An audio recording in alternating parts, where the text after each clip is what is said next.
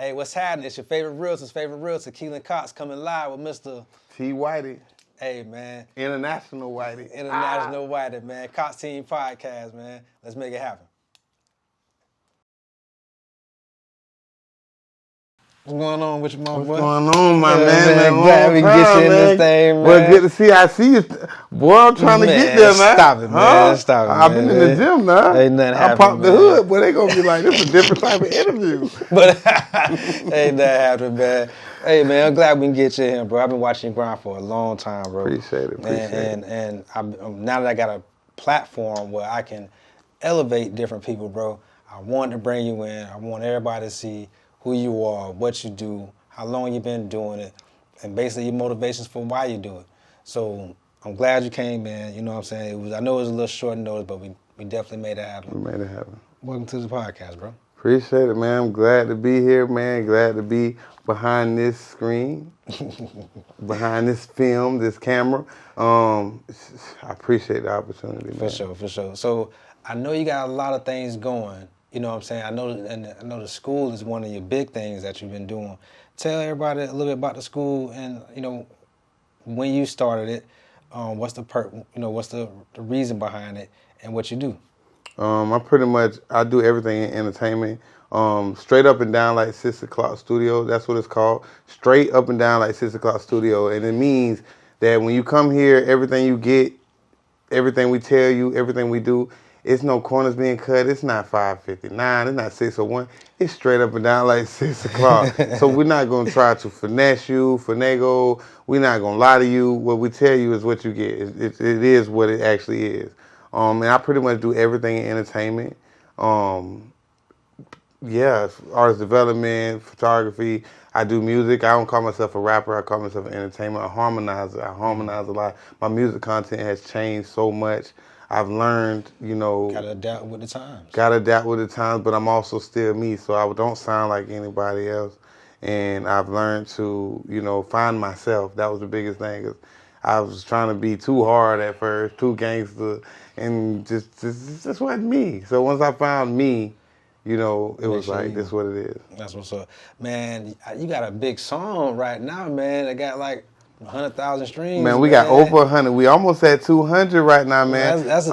My energy. Yeah, I heard I'm that. protected. I ain't trying to be stuck here with you. Hey, yeah. That's still we at 142 right now. Good, man. 1,000 streams, organic streams right now on Spotify. So make sure y'all check out T. Whitey featuring Theo Lodge, Across the Border, Across DA Border. And I spelled border different because it was already a border on there. So the border, don't ask me why is it spelled like that. I know the right way to spell border. Yeah. Spelled a little different. All I know is the song nice, bro. I listened to it. And there's no cussing in that song. The song nice. Appreciate it. It's a real cool song, real cool vibe. You definitely should check it out, man. 100,000 streams, that's a big deal, bro. I appreciate it. I got a plaque over there in the next room that Spotify sent me for it, so that's big, man. Right now, I'm waiting to get. No matter what platform it is, man. I'm waiting to get a million. That, man. So, you gotta push it, you know, push it like you do, man. That's real. You know, but yeah, man, I'm just get right into the real estate, let everybody know what's going on a little bit in the market, and then, of course, we're getting right to the interview with my boy. So just to let you know, the market, we're not heading towards a crash or anything like that. I know that's one of the biggest things that people are worried about. Right now, we are not headed towards a crash. The market is kind of adjusting itself, lowering the prices a little bit because we have more homes coming to the market. So, which is a good thing for buyers because it was a situation for a long time where it was just everyone's in a most powerful situation on every contract. And that's not healthy because everyone can't afford that. And then people get, you know, demotivated from buying a houses. So, you know, it's a good thing that we're having more houses coming to the market. It's going to kind of equal out the cost a little bit, but we're not headed towards a crash or anything like that. One other thing that I'm going to hit on before we get into the interview is interest rates. Interest rates are kind of creeping up. So if you're thinking about buying a house right now, you may want to go ahead and start looking into getting that pre-approval. Interest rates are going up. They're a little bit over 3% right now. When, you know, a couple weeks ago, probably last month, they were under 3%. So you want to, you know, seriously look into that. I know the holidays are coming up right now, but don't wait because there are going to be a lot more buyers in the springtime that's going to be combined with the buyers from the past year. So don't wait on it. go ahead and talk to your lender. Give me a call.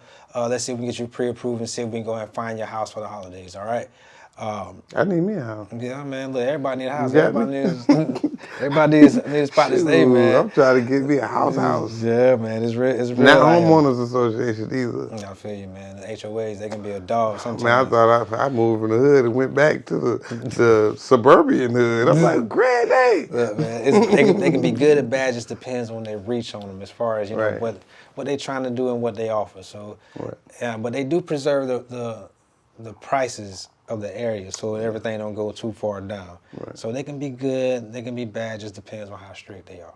But you know, just give me a call, people. We can talk about HOAs. We can talk about interest rates. We can talk about all the things dealing with real estate, especially if you want to list your house for sale too. Definitely give me a call about that. So, but we'll get right into the interview, man. Let's make it happen. Let's get it. I've been watching your grind for a long time, bro, and I've been following you, bro.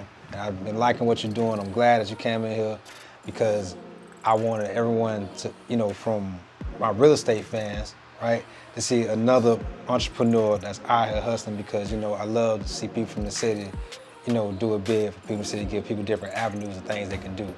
So I love seeing that, but I want to give you an opportunity to introduce yourself, let the world know what you do, and tell them how you got in the game. Okay, well, like I said, T. Whitey.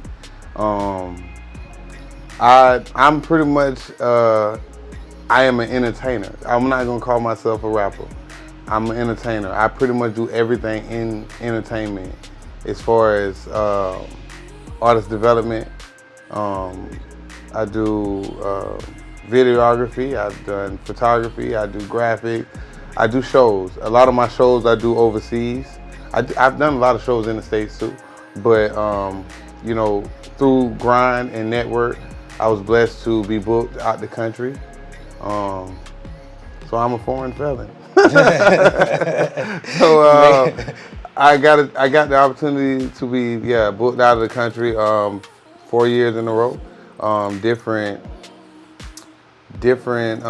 countries and different cities inside of certain countries as well. So yeah, that's what I do. I do besides music, I'm a father. I am a full-time father. So big shout out. Yeah, big shout out to my children. Oh yeah, got a lot of them, man. I know that's my why.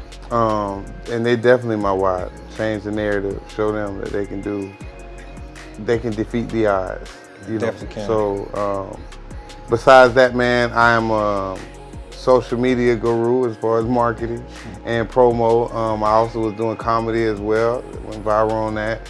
I called it more of reality videos than comedy. Right. A lot of people say I'm a comedian, but I look at myself as more of a reality teller than a storyteller. So a lot of people are torn or don't really have, you know, ideas of what they can do.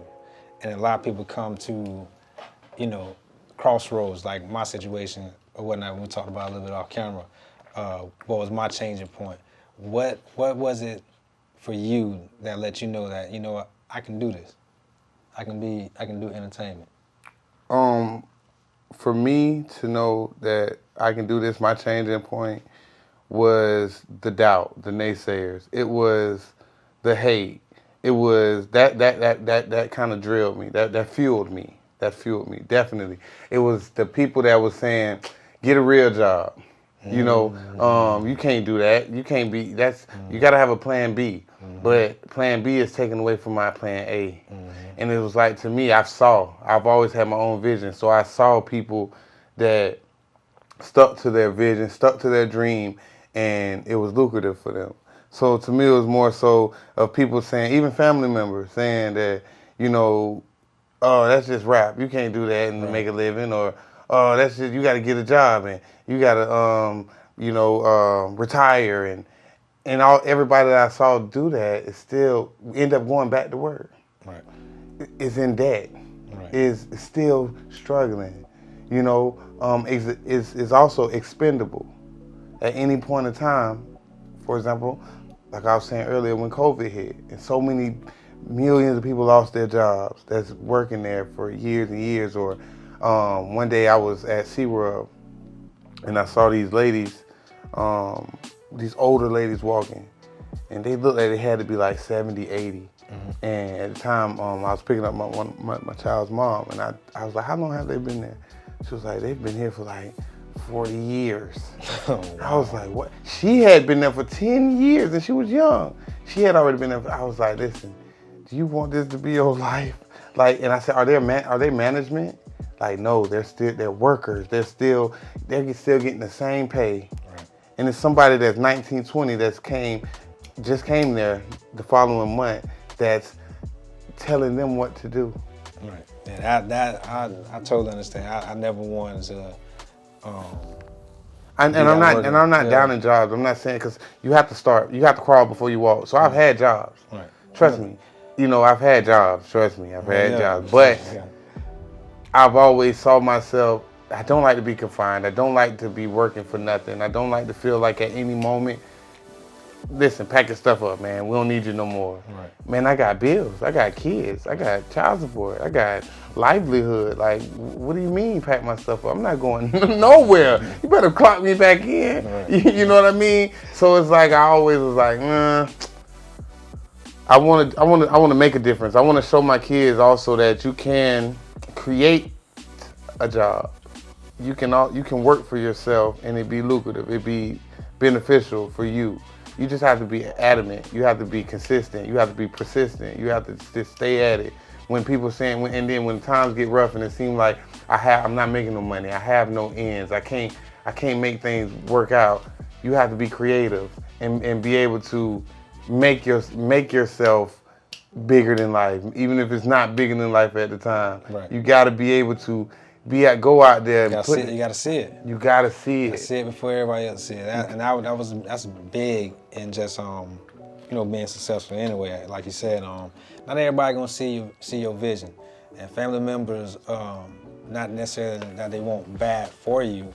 They don't want to. I don't think they necessarily just want to see you struggle or what they perceive as a struggle. I feel like they're kind of accustomed to the way it was, or it should be this way. You should go to college. You should go to college. You should get a degree. You should get a job. You should, work into this extensive amount of time. Then you should retire, and then it's like an old school blueprint, I call it. Well, I mean, it's what they was taught. So, what they were taught, right? So, and that's right. I'm not shunning that. Yeah. But for me, I always saw more for myself and everything around me. And I'm like, I don't really want to follow that regimen right there. You gotta see more. You gotta surround yourself with. I want to maneuver this way. More, yeah. And I went to school for a year. Went to Santa Fe Community, but I didn't really. All I saw was me getting in debt. A lot of people in debt. I was getting in debt than anything. And then when I was in there, it was like, I'm more hands-on anyway. I can't sit here and you just tell me, go do this, and then we got to do it this way. And I'm more, you show it. All I got to do is see it one time. Right. Totally get it. Yeah, and man, we can talk forever about people's motivations and stuff like that. Because, I mean, you just got to think bigger in what you thought of yourself, in my opinion, to do whatever it is you're trying to accomplish. I think anybody can do it.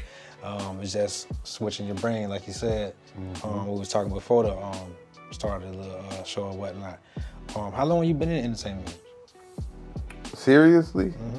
Seriously, for when I say seriously, I mean like learning the business and not aimlessly grinding since 2015. I give it 2015. That's when I really started studying the game, started really learning the business side, because it's 95% business, I'm gonna say.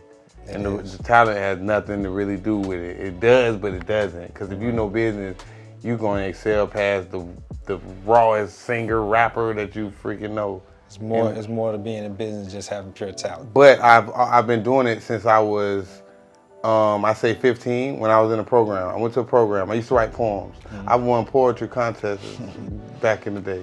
I used to write poems, and I'm in the program for troubled youth, because I got in trouble.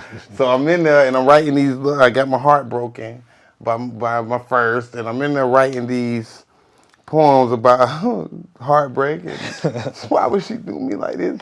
And I look over and these boys beating on their chest talking about what we talking about I'm like, let me crumble this up and throw this away. What am I doing? I'm lost. And I went then at that point I went to writing raps. I'm beating on the desk and trying to learn it. And I actually knew how to draw back then, so I entered a talent show for drawing. Man, I still have the drawing right now to this day, bro. It was a snake I drew because I can look at something and draw it. I can draw like crazy. So like I designed my logos and just everything. I entered as a drawing artist, and I was like, man, these boys rapping. Let me rap. So I wrote me a rap. I never forget my first rap. It was called Choices. The choices we made, the choices we live by. It was so weak. Everybody was in there looking at me like I was new to it, so I ain't know really I lost with flying colors. And the lady that was pretty much advising us, she was like, you should have went in as an artist to draw because you would have won. And at that point, she was like, because being a rapper, you just never going to make it. And I was like, you know what? I'm going to rap for real. And it stuck with me. Also, family members saying that you can't do it. That drilled me. That made me be like, you know what? That fueled me. That drill. It's just motivation. It was motivation. I thrive off of hate. So just know if you hating on me or you saying Whitey, he ain't gonna do this. So it's the same 43rd Whitey. I'm not, and I'm gonna use that to level up every single time. I mean, you've done not only rap, but I mean, you've ventured off from other avenues too. I mean, entrepreneur. Being an entrepreneur is just taking risks, taking chances. Right. You've taken more chances just being in the entertainment industry. I mean, I've been in real estate going on 6 years now. What other risks have you attempted, or other businesses rather, have you tried to go with? Well, I used to, when the snapbacks first, I see you got on the snap now. Yeah, man. Man, I would have zapped you good back in the day. Costume snapback, man. So when the snapbacks first hit, they was like 30, I think like $30, $40. Yeah, a snapback. I had the plug, boy Kareem in Orlando. He had the plug on him, and I was like, I've always tried to venture out in different fields that wasn't just illegal. So I grabbed them. I grabbed a bunch of snapbacks from him, and I sold them like 2 for $20, stuff like that. So sometimes I give them 2 for 20, 2 for 25. Still 30 a piece. And I've done that. I used to run Club 12 as a promoter back in the day. Yeah. For y'all don't know, Club 12 was a little spot back in the day. Y'all, if y'all looking at this, y'all my age, y'all know about Club 12. Yeah, if you know about the old decadence, if you know, but we switched it over to Club 12, and at that point I started because I noticed promoters ain't want to pay local artists for their shows, and we spend a lot of money, videos, studio time. I can name it for days. Right. So I wanted to change the narrative, like I'm also doing with this school. So I started paying artists to perform there.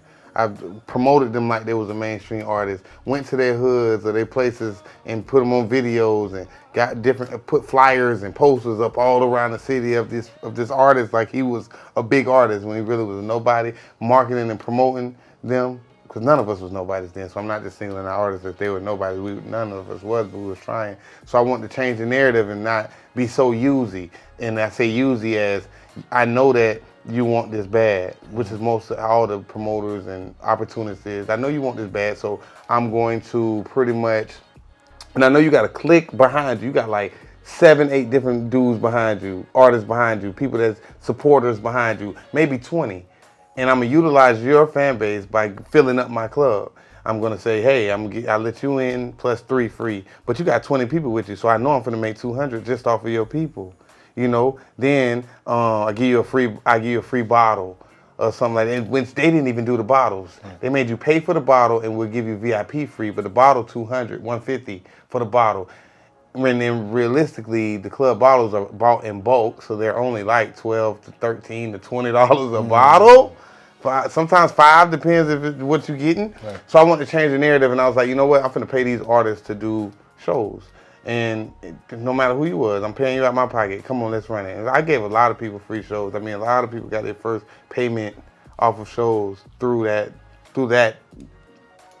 format. That format. So as far as that, man, I ventured. I did a car wash business. Everything wasn't successful for me. I tried it. done lawn care. Yeah. Done lawn care. It was too hot outside. And I'm already black. I wasn't trying to get black. I was like, this ain't for me. Mechanical work. My dad tried to get me to do that. But I don't like greasy fingers and oil stuck in between my nails. That ain't for me. And then my hand get jammed up and cut off from an engine. So then, as far as like 2 years ago, a year and a half ago, about a year and a half, 2 years, I started making Whitey rolls. And I am the creator and the owner of Whitey rolls. I never put a face on it because I knew too many people saw me in too many different lights. And then with marketing and promotion, I noticed it's always been no face, no case. I know it's always best when somebody don't know who running certain things because they're more adapt to consume it. You know what I mean? The consumers are more receptive to wanting to invest in that product. Right. So I started Whitey Rolls. I worked at Grandy's like my second job. And if you know Grandy's, if you're from Gainesville, then you know what Grandy's. Oh yeah. And you know they had them big cinnamon rolls. Oh yeah. So I was kind of godfather then. That was like my second job. I learned how to make regular cinnamon rolls from scratch from working there. And through the years, I used to just make them for my family and stuff. Like I actually got fired when I was a kid. And then I got in some trouble later on in my life. And when I was in work release, they put me back at Grandy's. And that just made my mindset because sometimes we forget all the stuff we know how to do throughout the years. Like we know how to do a lot because we've done it before. We just forget. Right. So it just reminded me like, damn, I know how to make rolls. I forgot I know how to make these. So you heard it here first. Grandy's, where he worked at, inspired him to do this thing with rolls. That's where he learned how to make the rolls from scratch. But Whitey Rolls was his creation. He did that. Definitely, because my rolls, through the years, because you can look up how to make cinnamon rolls on Pinterest, Google, but you can't look up how to make Whitey Rolls because I have certain stuff inside this dough that's going to be totally different from what you look up. You're going to get different recipes from everybody. You know what I mean? So over the years, I went to doing test runs and getting different test tasters, and until I came up with the Whitey Roll formula. And at that point, man, everywhere I've been at and made these rolls, I was getting, and my mom always told me, like, if this person, and this person saying the same thing about you, it's got to be true, son. So it was this person that wasn't connected saying the same thing about these rolls everywhere I went and made them. They like them.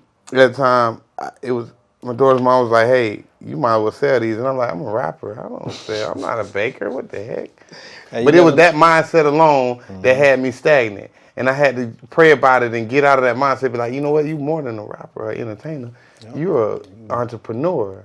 So I pretty much was like, hey, I'm going to try it. I used all my same marketing and promotional skills as I would do in the entertainment toward the bakery. I went to looking up different cinnamon roll places in the area. It was only Cinnabon, and at the time they only made regular rolls because they only made a certain type of roll. Right. And I saw other people out of state, but they all had kind of the same formula. Right. So I was like, you know what? I'm finna use all these flavors: strawberry, Fruity Pebbles, Oreos, Ferrero Rocher, peach cobbler, so many different flavors, and I'm gonna put these out. Went to doing my pictures and posting online. I was only getting 1 like, 2 likes, and I went to doing more research about picture clarity and about settings and white backgrounds and certain things that makes the picture pop. Right. And I upgraded my phone from the Droid to the iPhone. Portrait mode. You gotta do that. I got a new camera, and I went to taking I'm talking people eat with their eyes. I'm talking as Sweet James say, liquor vision. Yeah. People they looking at these and it's liquor vision. So I went to strategically marketing these pictures. And I saw some pictures online. I was like, man, I wish I had 1,000 likes on one of my roll pictures. Next thing I know, 1,000 likes, 2,000, 3,000. They just went to going viral. Then now people everywhere, and let alone didn't know the road business at the time like that. I knew how to make them, but not how to sell them and market them. So at the time, now I'm getting requests from Tennessee, New York, Carolina, freaking out of the country, Canada, Europe, locally, so many places they're hitting up to the point where I had to answer over 15,000 messages. You know how long that took me in my spam, in my inbox? Certain people I just couldn't get to. People asking for shipping. People asking for where you at? I want to pull up. People sending me money that's in a whole different state. I got to send them money back. It was overwhelming at the time. And that right there alone taught me, because I had been praying, bro. I prayed in the shower a lot for not to straddle the fence, not to ride the train backwards. And when I say that is being from, low income places and poverty and in certain places by association, certain people are accustomed to dealing in certain things that's not legal. And I always wanted to switch the narrative and not have to do that type stuff. You know what I mean? To be totally legal and not have to say, I ain't working for him, so I'm gonna go over here and pick up this and go get this and sell that. Yeah. That's easy. That's a cop-out to me. When I know for a fact I can utilize my brain and resources of the land and create revenue, if that makes sense. It does, bro. It's a mindset. It's a total. And it took for me to go through the things that I went through, places that I had been in, to get this mindset, because I was hood-institutionalized for the longest. And I say that to say, like, I was stuck into... That's a new word, hood-institutionalized. And if I hear it again, I'm going to trademark that, because I know somebody going to try, next thing that's going to be in the dictionary. But I was stuck in this mindset that, man, this is what it is. And most are. This is what it is. It's all I got. I remember one time I was talking to a homie. I was like, bro, what's up, bro? What's next after this, bro? What we gonna do? He was like, man, this is what it is, bro.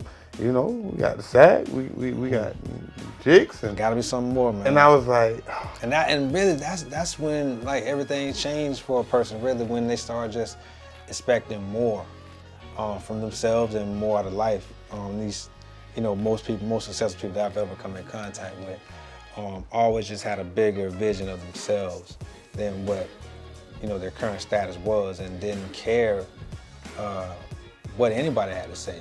I give a lot of credit to my mom too. Yeah, that's one of the major things that attracted me to you, bro. Like, man, you have a really strong work ethic.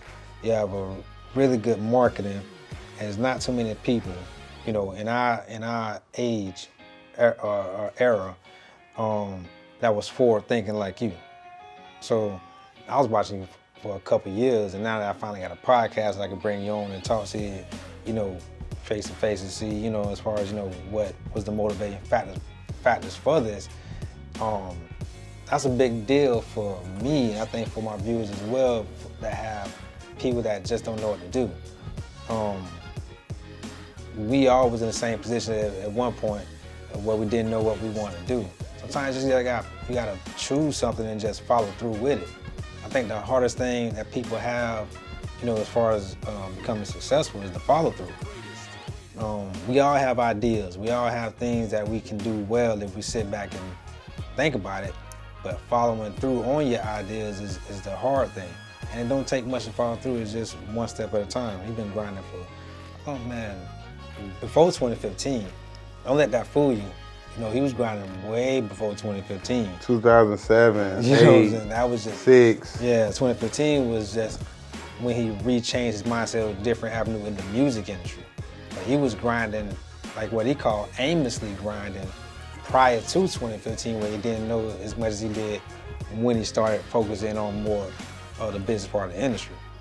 So don't let that fool you. The grind takes a while. It's 2021. He's been grinding since what, 2008? Yeah, about 2004. 2004. 2004. Yeah, man, it's about longevity. And not listening to the naysayers, because people were saying, because I had got in trouble, and I took, when I got in trouble, left me with some charges that made me a convicted felon. You know, not violent charges or nothing, but just troubled me taking responsibility and not wanting somebody to go down for what was mine. Right. And then when I did get out, people were saying, bro, you're a convicted felon. You can't go overseas. You can't travel. When I put out that I was going overseas through doing funny videos and my music pushing Band-Aids so hard, you know. And at that point I was like, you know what, I can't. And then I said, well, I'm not listening to this man. Ain't never been nowhere. I did the research, filled out the paperwork, and I got my passport in like a month after that. That's right. Now I'm flying overseas, and people like, bro, how you did that, man? Man, dang, bro, I want to do that too. Now I'm kind of like an advocate for the convicted felon. Now I'm telling you, okay, bro, all you got to do is do this and do this and do that, and you can do it. Oh, bro, you can't do that, bro. You on child support. You can't go overseas. They stopped me from getting mine. But what you didn't do, I'm going over there for work. So now when I'm talking to the child support agency, I'm like, hey, I'm going to make money, and this money is because this is a job. This money I'm going to use to pay y'all off. So please leave me alone. And I've got the right paperwork to be able to prove it. So now there's nothing stopping that. Right. So in other words, follow your first mind. Don't listen to what you can't do. Know what you can do, man. That's really what the old moral story is, man. And you know, that's the way to get down. And lastly, with the business now is the entertainment school. So besides that, the entertainment school was pretty much to create to create like almost an urban full sale, right. And which is what these rooms are. It's like it's classes, one-on-one classes. We do artist development, like I said, t-shirt printing, studio time. We cater to all genres of music too, like not just rap. Right. You know, I've had doing the gospel cypher right, in the next couple months. We cater to studio rentals and photography and just something that's different that never been done here in Gainesville before, regards to just studio where they take your money and now you just go. Right, it's bigger than that. We teaching, it's classes. We have interns and engineers, that people that go one-on-one with you to help you learn the essentials of the music business. Everything that I've got finessed out of, because most promoters and people that I've dealt with, they haven't ate with me, they ate off me. When it could have blossomed if we would have ate together. In regards to you looking at a little bit of things that was going on then and trying to monopolize off of it. So I wanted to change the narrative again, even with the ad-lib camera in there, by doing different things that help. I market artists and promote them for free every day on the Facebook page. Right. They're not gonna find that nowhere. You pull up your Instagram right now. There's people that's in your Instagram that's saying, "Hey, we'll promote you for this and this and this every day." So I wanted to change the narrative to show you you're spending your money, yes, but you're also getting sincere marketing. You get way more than what you're spending, right. And it's legit, and it's every day, and I don't want nothing back from it but to say, hey man, I had the experience of my lifetime, because that alone is going to carry way further than money. Well, tell them how they can get in contact with you if they want to sit down and speak with you one-on-one to attend the school, want to know more about marketing. What's a way for them to contact you? To give them your Twitter handle, your social media information, and your contact information. As far as the studio is 352-870-5650. It's a 24-hour studio. We like 7-Eleven, so if you want to book 5, 6, 7 in the morning, we'll have an engineer in here for you. It's the first studio that ever been 24 hours as well. Our Facebook is 6 o'clock Stu. That's SIXOCLOCK space STU. That is for all the entertainment needs, no matter what it is. If it's photography, videography, artist development, consulting classes, studio time, whatever it is, just hit the number or hit those 2 sites up. I'm working on getting the website done. Hopefully my guy, we're gonna network, and he's gonna build me a good website for each one of the businesses as well too. Hey man, you heard it first, man. T. Whitey, Mr. Whitey Rose himself, entertainment industry. Your favorite realtor, Keelan Cox, coming live, man. It was so good. Hey, it's your boy. We'll make it happen, man. Yeah.